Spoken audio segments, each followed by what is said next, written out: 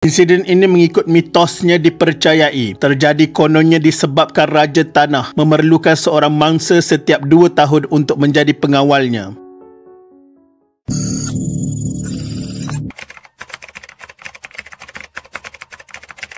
Tasik Biru di daerah Bau yang terletak kira-kira 35 km dari Bandaraya Kuching merupakan lombong emas yang terkenal di Sarawak.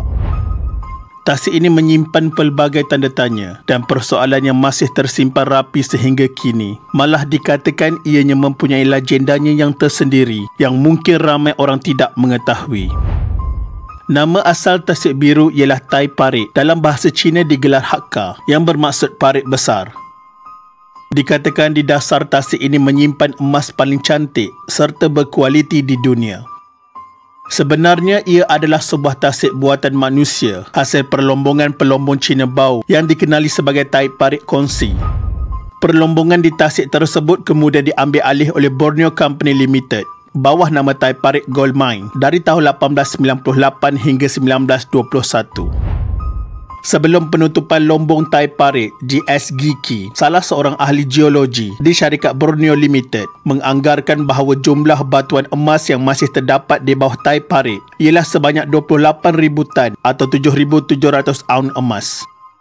Penutupan Tai Parit sebagai sebuah lombong emas adalah disebabkan oleh galian lombong tersebut telah mencecah kedalaman 200 kaki ke bawah. Kedalaman ini telah menyebabkan saluran air bawah tanah pecah dan menyebabkan lombong itu ditenggelami air. Disebabkan pengempaman air keluar dari tasik tersebut memakan perbelanjaan yang banyak, syarikat Borneo Limited mengambil keputusan untuk menutup lombong tersebut.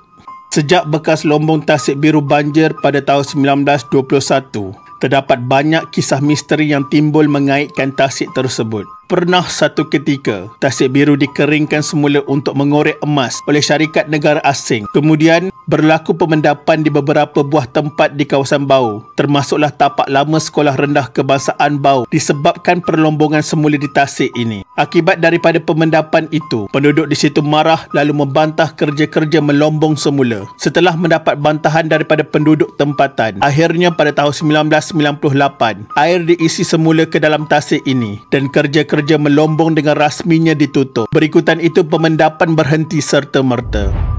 Seterusnya ada berlaku satu tragedi paling dahsyat dalam lipatan sejarah negeri Sarawak.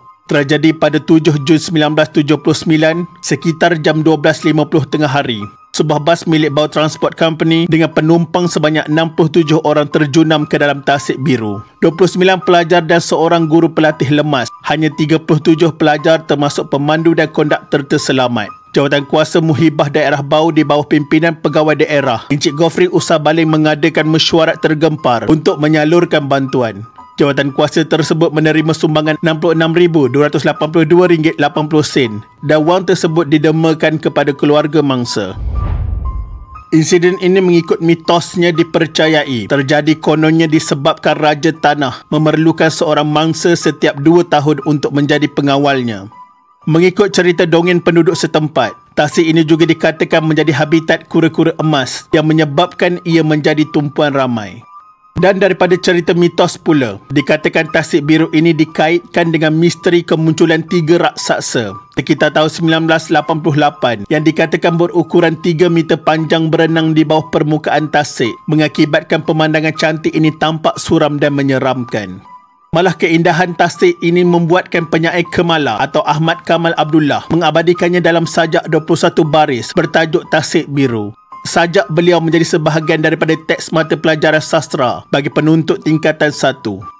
Tasik Biru sebenarnya bukanlah tasik semula jadi kerana ia terbentuk daripada aktiviti pelombongan emas yang dijalankan oleh syarikat asing pada 1898.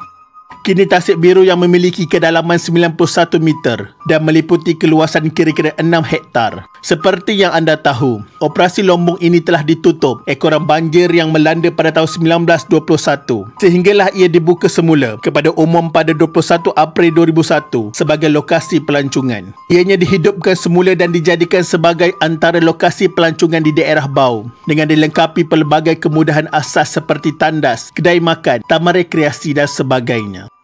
Tasik Biru juga mampu menggamit pelancong untuk singgah sebentar bagi menikmati pemandangan dan udara segar dan melihat sendiri tasik buatan manusia yang kebiru-biruan itu. sambil merenungi sejenak sejarah yang tersirat di dalamnya. Malah, Tasik Biru turut dipromosikan melalui penganjuran Pesta Tasik Biru yang diadakan setiap tahun dengan pelbagai aktiviti termasuk lomba rakit dan perahu, bot kawalan jauh serta banyak lagi. Walaupun tasik ini menyimpan pelbagai kisah misteri, namun langkah kerajaan negeri menaik taraf ia sebagai kawasan riadah bagi menggamit kedatangan pelancong dapat melenyapkan kebimbangan orang ramai mengenai kejadian yang pernah berlaku di situ. Sekian, terima kasih.